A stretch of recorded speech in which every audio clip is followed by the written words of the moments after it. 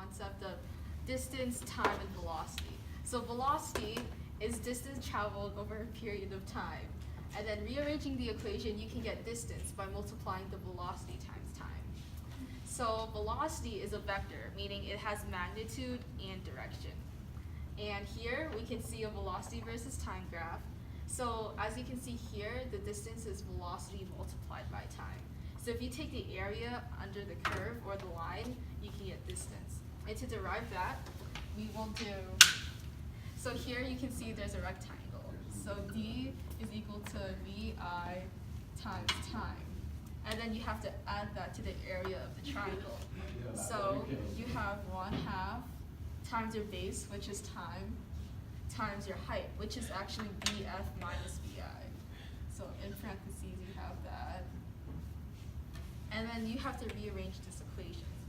So d is equal to, you can factor out time, and then you can take everything over 2.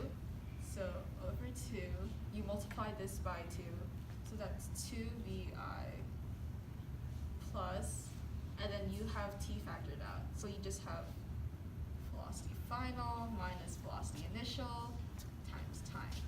And then you have 2 with the same variable, so you can subtract vi. So you have vi plus vf over 2 times time. And that's the equation that you have right here.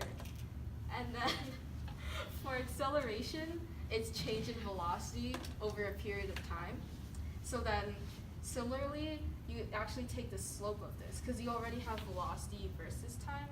So then, yeah. Okay, so for the reason why we use calculus is because if you have a function that's really curvy, such as this one, and you want to figure out the slope or the area underneath, you're going to take really, really small pieces because it's curving, whereas the limit for if it was velocity as the change in time approaches 0. So this can be applied to these 3 equations up here, position, velocity, and acceleration. So for the derivatives, if you're given the position and you want to find the velocity, you take the derivative of the position because that would be the change. And then if you want to find out the acceleration, you take the first derivative of the velocity because that would be the change in the velocity, or you can take the second derivative of the position. And the same goes for integrals, but you're kind of going to work backwards. So if you're given the acceleration, you can take the integral of that to find the velocity, and then to find the position, you'll take the integral of the velocity, which you just found. So, here's projectile motion, and it's basically a more complex version of the linear motion. Okay, so in this picture here, Peter Papar is throwing a ball down into the water, and he's standing on a cliff, and we see that there's the x direction and y direction. We have to keep in mind that if you're solving this problem in like the y direction, to keep in mind that there's the gravity, so it'd be like negative 9.8. And so starting with the horizontal component, starting with the horizontal component, the acceleration is 0 because you're not moving, like the ball isn't accelerating in that direction.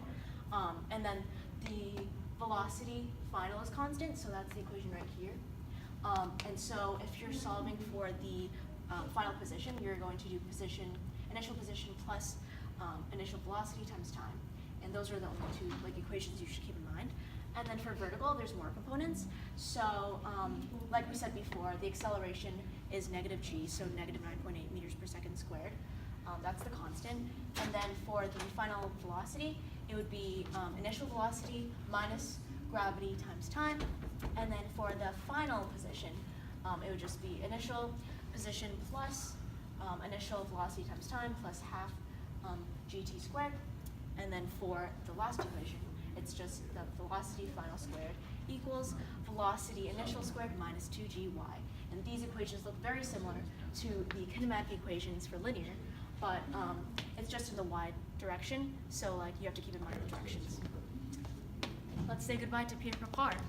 So the question is, the graph given here shows the position versus time for an object traveling along the x-axis. Which graph below shows the velocity versus time for the same object during the same time period? Now this is the position versus time graph, and answer A isn't right because since in this first section here, it's increasing. This is wrong because this is decreasing and it should be an upward slope as positive. So we cross that out. For B, since this is increasing, the first section here is increasing, and this first section here is increasing, that is right. And then since this is a straight line, it means that it's constant, so there's a constant like acceleration here. And then over here, it's also like decreasing because it's slowly like slowing down. And this is, this is increasing here. So that's not right, no. Wow. But if we scroll down here, we see this middle section. Before it was constant, and this is constant. This is positive here, so we can't say that's right. But here, this more looks better because this is positive, constant, and negative. And if we scroll up, do we see the slowing action here? Yes, we do. So that seems right. But let's look at the last one, just in case we're like a little bit confused. Here it's constant, and we said that it was positive, so that cannot be right, no. And so now we know that D is correct. Any questions? Okay, so for our next multiple choice question, it is a student collects position time data for an object moving along the x-axis and determines that the motion corresponds closely with a mathematical model of x, the position being 1.5 t squared plus 2t minus 1, where x is in meters and t is in seconds. Assuming that the object moves according to this model, it can be determined that, and then you have to choose the options, so we're going to go through each one. So for A, it's saying that at time t equals 0, the object was at the origin. So to solve this, we're just going to plug in 0 into this equation, and once you plug in 0 here, it's going to be 0, 0, 0, so it's going to be -1, but that's not the origin, so we're going to cross off A. And then B is saying that at time t equals 0, the object had an initial velocity of 1 meter per second. So in order to find the velocity equation, I took the derivative of the position, so multiply that, it's going to be 3t, multiply the 1, and then times t to the 0, that's going to be 0. So now we have to plug in 0 for t, and that's going to be 2, which is not 1 meter per second, so B is also wrong. And then for C, it's saying that at time t equals 0, the object has an initial acceleration of 1.5 meters per second squared. So in order to find the acceleration, we just take the derivative of the velocity, so multiply that, and then t to the 0. So we're just going to be left with 3, which is not 1.5, so C is also wrong. And part D is saying during the motion, the acceleration of the object varied according to time squared, but since the time squared is in this equation for the position and not for the acceleration does not depend on the time squared. So the correct answer is E, none of these. Okay, for question number 7, it says, a ball rolling across a flat horizontal table has a velocity of v1. After it leaves the edge of the table, the ball continues to travel with a constant horizontal velocity as it begins to fall. Just before the ball hits the ground, it has a net velocity of v2. So what is the ball's vertical speed at this moment? So to visualize this, we know that it has a horizontal table, and a velocity of v1. So let's just say it's going this way for v1. And then after it leaves the edge, it continues to travel with a constant horizontal velocity. So it's still going towards the right, but then it's going down. So let's just assume it looks like this. So that will be, it says v2. And then what is the ball's vertical speed? So it's asking for velocity, let's just say down. So then to solve for this, we can use the Pythagorean theorem. So we know this one, or c squared, but I'll call it v2 squared, is equal to a squared or v1 squared plus vd squared, or v squared. And then we're solving for vd, so we can move v1 over. So it will be v2 squared minus v1 squared is equal to vd squared, and then just take the square root of all of that. So vd is equal to the square root of v2 squared minus v1 squared.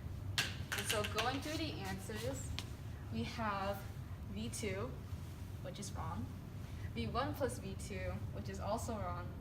v2 minus v1, which is close, but it's not squared, it's not under radical. v1 squared plus v2 squared, which is also wrong. And then we're just left with E, which is the right answer. A projectile is fired with an initial speed of 51.2 meters per second at an angle of 44.5 degrees above the horizontal on a long flat firing range. Determine A, the maximum height reached by the projectile, B, the total time in the air, C, the total horizontal distance covered, that is the range, and D, the velocity of the projectile 1.5 seconds after firing. So first, we found the distance in the y direction, and we used the formula v final squared equals vi, v initial squared plus 2ad, and this is all in the y component. So then we know that the final velocity is 0 because we were given the initial speed, and then the final would be just 0 because that's when you're ending. And then we know what the initial speed is because it's 51.2 meters per second, and the angle is given 44.5. So we just plug that in, and then we get 65.7 meters per second, or no, meters. And then after that, we're looking for the time. So then for time, we just use the y components as well, and we're given, well, we already know that the distance is 0, and then the initial, we're given that, and then just the sign of 44.5. And then, yes, we also know the gravity, or the acceleration. So then after that, we just plug in the values, and then we do algebra, and we get t equals 7.32 seconds. And then after that, we are looking for the distance in the x direction. So then, because it's in the x direction, we're already given, like, we only need the initial velocity and time. So we just plug in the terms that were given, and then we have 267.31 meters.